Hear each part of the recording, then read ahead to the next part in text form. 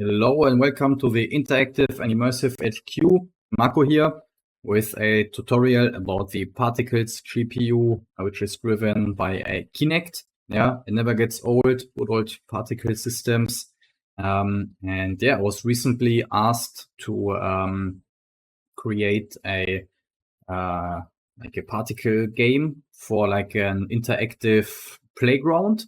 Yeah, all the kids were really having fun with it. And yeah, also I know that there are some particles GPU tutorials already out there, but yeah, also this palette component, it got updates over the time. Yeah, as you can see, it has way more inputs here now. So yeah, I want to show you how all that works. And let me just show you first what we are really creating here. So here you see on the top left my Kinect input. Yeah, I have Kinect Studio. Oops, this one. I have Kinect Studio running here. In case you don't know, you can record Kinect data and just play it back. Otherwise, I would have to move around here all the time. So just for developing or for recording tutorials, this is very practical. And yeah, here on the top you see how my movement relates to the particles. And yeah, it's in general we have two particle systems here. So we have one for the background only, which is this one here. Yeah, there's a little bit less going on. And then we have the foreground where we get particles out of our player index here. So yeah, I think that's a pretty good mix, and it also separates the two layers good. And yeah, let's do it. Let's delete everything.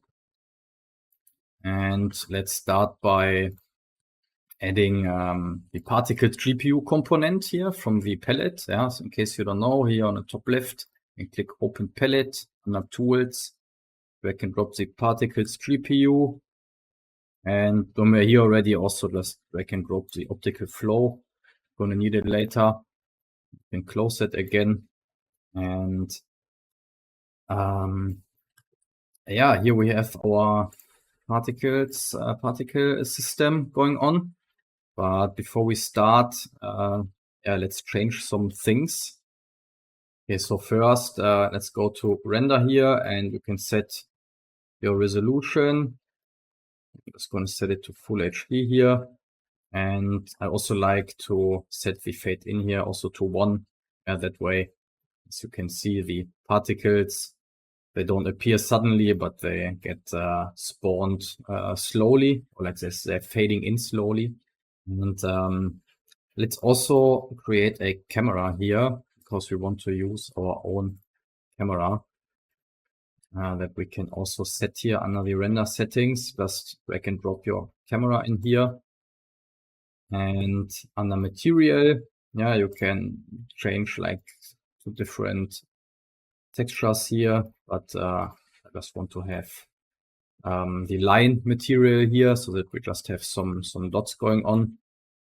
And maybe let's also just add a null here and set it as a background viewer. We also add an RGB key already. Yeah. And let me also zoom out a little bit, maybe to like 15. Okay, so more settings that I want to change before we really get into it. Yeah, I want to remove all the external forces here. This is normally set to -1. I don't want that. So let's set it to 0 here. And also under the create, let's set this to by total number of particles. And let's maybe start with like 3000. You can also change that later. And what else? Let's set the live to random, maybe like 2 to 4 with a variance of 0.5. And let's also deactivate the display bounds here. I want to see that. And also set the hit behavior to none. And also the particle size set to random 0.1 to 2. And yeah, as you can see, all our particles are just hanging somewhere here. Yeah, this is because the particle source is a rectangle, this position here, but we want to create our own particle source. Yeah, and for that we have the first input here for our particles GPU. So let's create our own source here. For that, let's create 2 ramps. Set one to vertical, and let's also, before I forget, set the pixel format to 32-bit float, that we also get some point data here. And let's plug these into a reorder here. And let's change output green to input 2 and output blue to 0. And that way we get this kind of UV map here. So if you activate the viewer and press V, you see that we actually have a rectangle here. And yeah, if we set this as our particle source, you can see that yeah, the particles get spawned now there. But let's also insert a point transform here, because I want the rectangle to be in the center, and also change its size. So let's go to the Align tab and align Translate X to origin and align Translate Y also to origin. Yeah, now this rectangle, it's in the center. And we can also adjust the size here. So let's go to the scaling and let's just increase it till it fills our screen here. So 13 seems fine, and actually let's do it 7, so just to be sure it fills everything. Okay, and then let's add a Kinect top here. I can also use the Kinect Azure if you have. Like I said, I have Kinect Studio running here. So this is the input here. Let's choose the player index here. And I also set my camera remap to on. It's important that it fits together later with our point cloud. And now I just want the threshold here. Set it down a little bit till we see our silhouette as a black and white mask. Okay, and that we can plug into our optical flow. And then you see we get this green, red kind of outline, which can be used as a force here inside the particles GPU. So it's input 3 optical flow. It's connected. And now you see the particles are starting to move in the background. I also like to insert a blur here. It makes the input mask a little bit more smooth. And that way also the optical flow. Here we have some parameters like the force, which defines how strong the moving force is of our optical flow. Just leave it to 2. But this is something I just also figured out recently while doing some research. It seems that the optical flow mask doesn't really match exactly with our input here. Yeah, I mean, here it's a little bit hard to see, but it's the force that gets applied. So from our optical flow, it seems to be a little bit squashed. And well, I was doing some research and I found in the derivative forum that if you set the optical flow size remap 0.565, that it matches the correct input aspect ratio as well. Yeah, I'm not 100% sure where this number is coming from, but I found that it works. Yeah. So thanks for whoever posted that in the community forum. Yeah, now we have another input here. It's called particle source color. Yeah, we can give the particle some color and just create a ramp for that. And we can connect it here already. And let's change this. I like the circular one. And like this bright blue here. And maybe like some purplish color. Something like that. And maybe here another kind of blue. And let's also set the extend left to mirror to make it more smooth. And let's also animate our face here with a good old apps time dot seconds times 0.1. And yeah, that way the color of our particles change. Yeah, so this is the base for our background. Still looks a bit boring though. Maybe let's put a null here and let's use a feedback loop here to make it look more interesting. So add a feedback and a level here, or maybe also insert a transform already. Transform. Let's move this to the side. Add a composite top. Connect this to here. Set it to over and drag. And then connect this here. And then drag and drop the component back on the feedback here. And that way you can see now we're getting feedback, but it's not disappearing. So let's go into our level under the post tab and set this here down to 0.905. And one thing, yeah, you see the feedback doesn't disappear completely. And we can fix that by changing the, let's make some space here.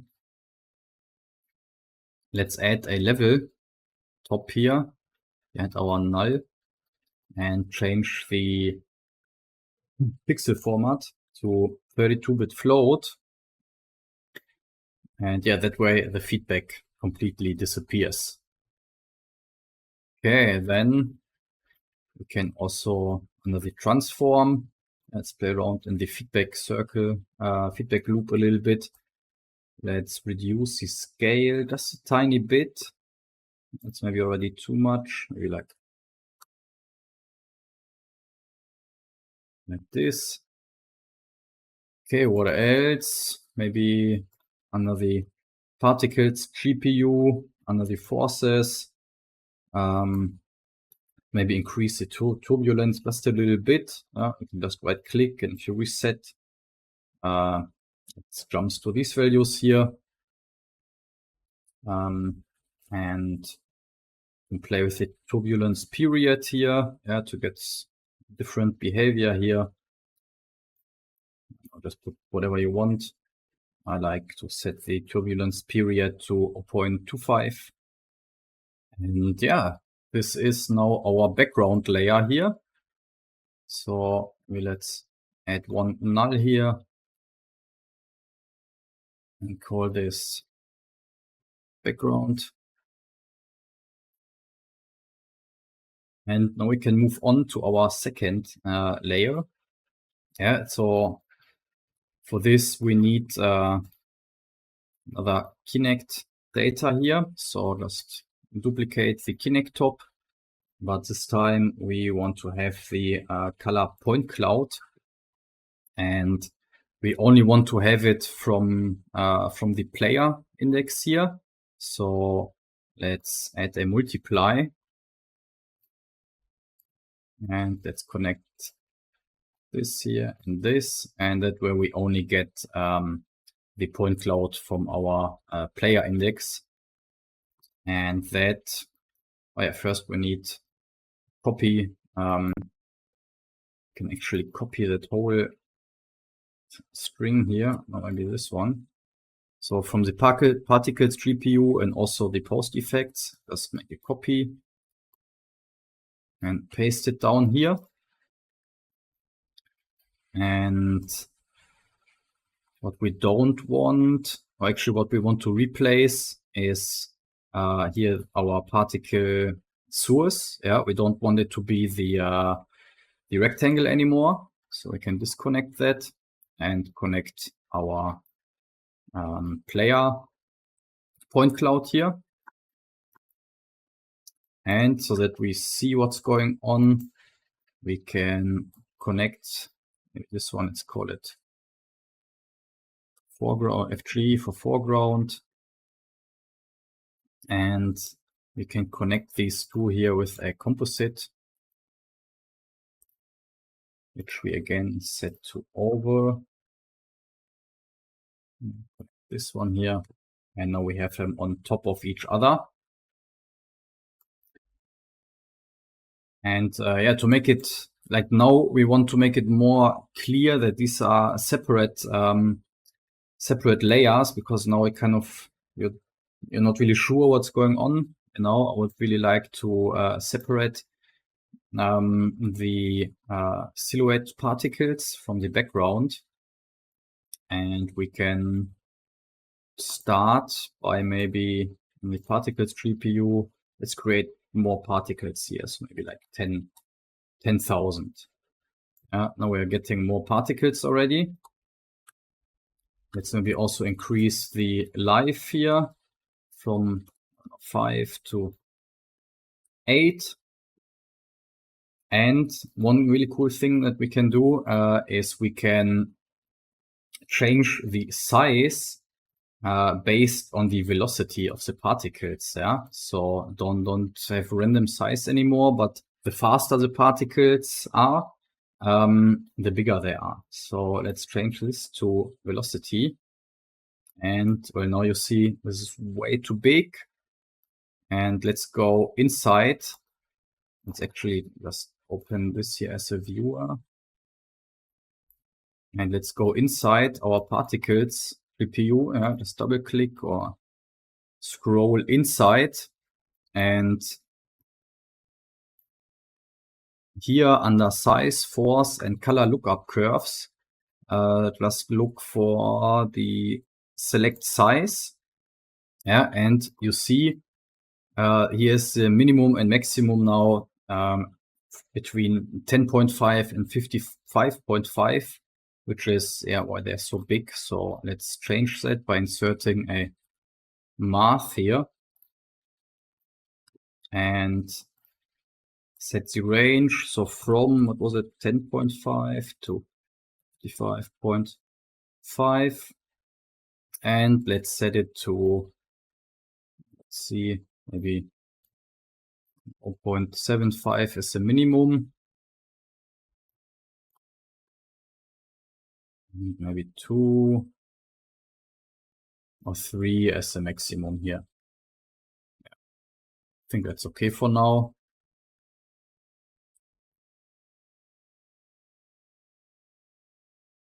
I think maybe even a bit bigger. Let's increase it here to 5. Maybe as a minimum we can leave. Yeah. That looks all right. Or maybe let's put it to 4. Okay, but yeah, it's just depending on your likings. Yeah. So what else can we do? Maybe here I don't want the transform effect, so we can bypass it or maybe even delete it. But let's blur our particle feedback here. Maybe not so much, put it down to like 3. What I also like to do is using the bloom top on this layer. So add a bloom. that way we can separate it even more and just decrease the pre-black level here till you like what you're seeing, yeah? Okay. Well, that looks cool already, but I think, yeah, now we can see, let's swap the operation order here. Yeah, now it's in foreground. Before you see these little black dots here, that's why it was in the background. So I can just swap the operation order here on the last composite. And I would like to add some more movement to the feedback loop here. So let's add something. Let's make some space here. And let's add a displace top. And also we need a noise top. And so displace source. It's getting a bit cramped here. Let's make some more space.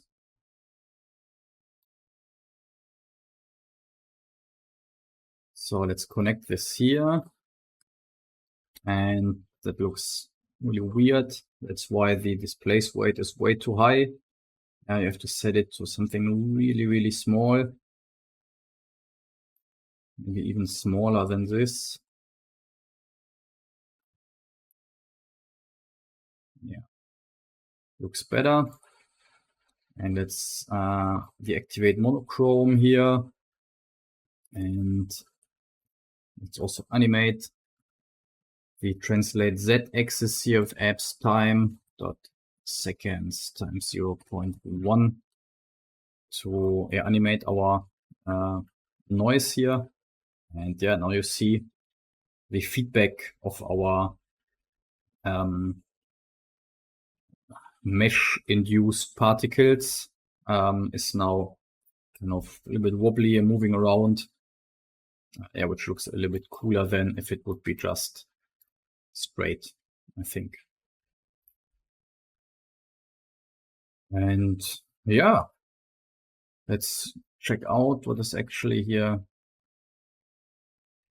Let's see again how this is affecting the particles.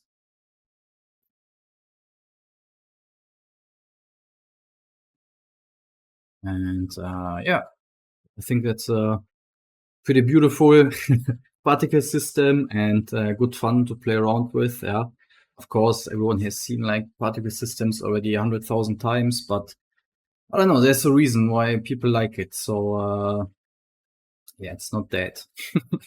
Let's still create some particle systems.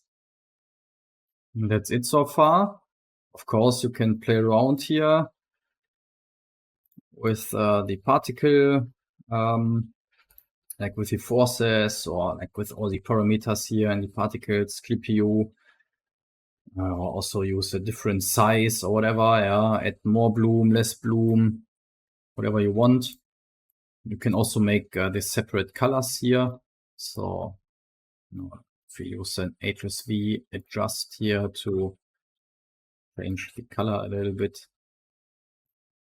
Yeah, just have to find something that kind of works good together to make it look beautiful. And or you can also just connect the noise here as a color input. So yeah, it's up to you now. I think that's a very good base to work with, yeah. Hey folks, thanks for watching. If you like our YouTube content, I highly recommend you check out the Interactive and Immersive HQ Pro. The HQ Pro is the only comprehensive educational resource and community for immersive design, TouchDesigner, and creative tech pros. In the HQ Pro trainings, we cover almost any topic you can think of, and we go way more in depth than we do in our YouTube tutorials. We have a private group where Matthew Reagan, myself, and our other industry veteran and pioneer teachers answer your questions every single day. If that sounds cool, click the link in the description to learn more. And if you enjoyed this video, hit that like button and don't forget to subscribe for more free TouchDesigner and immersive content.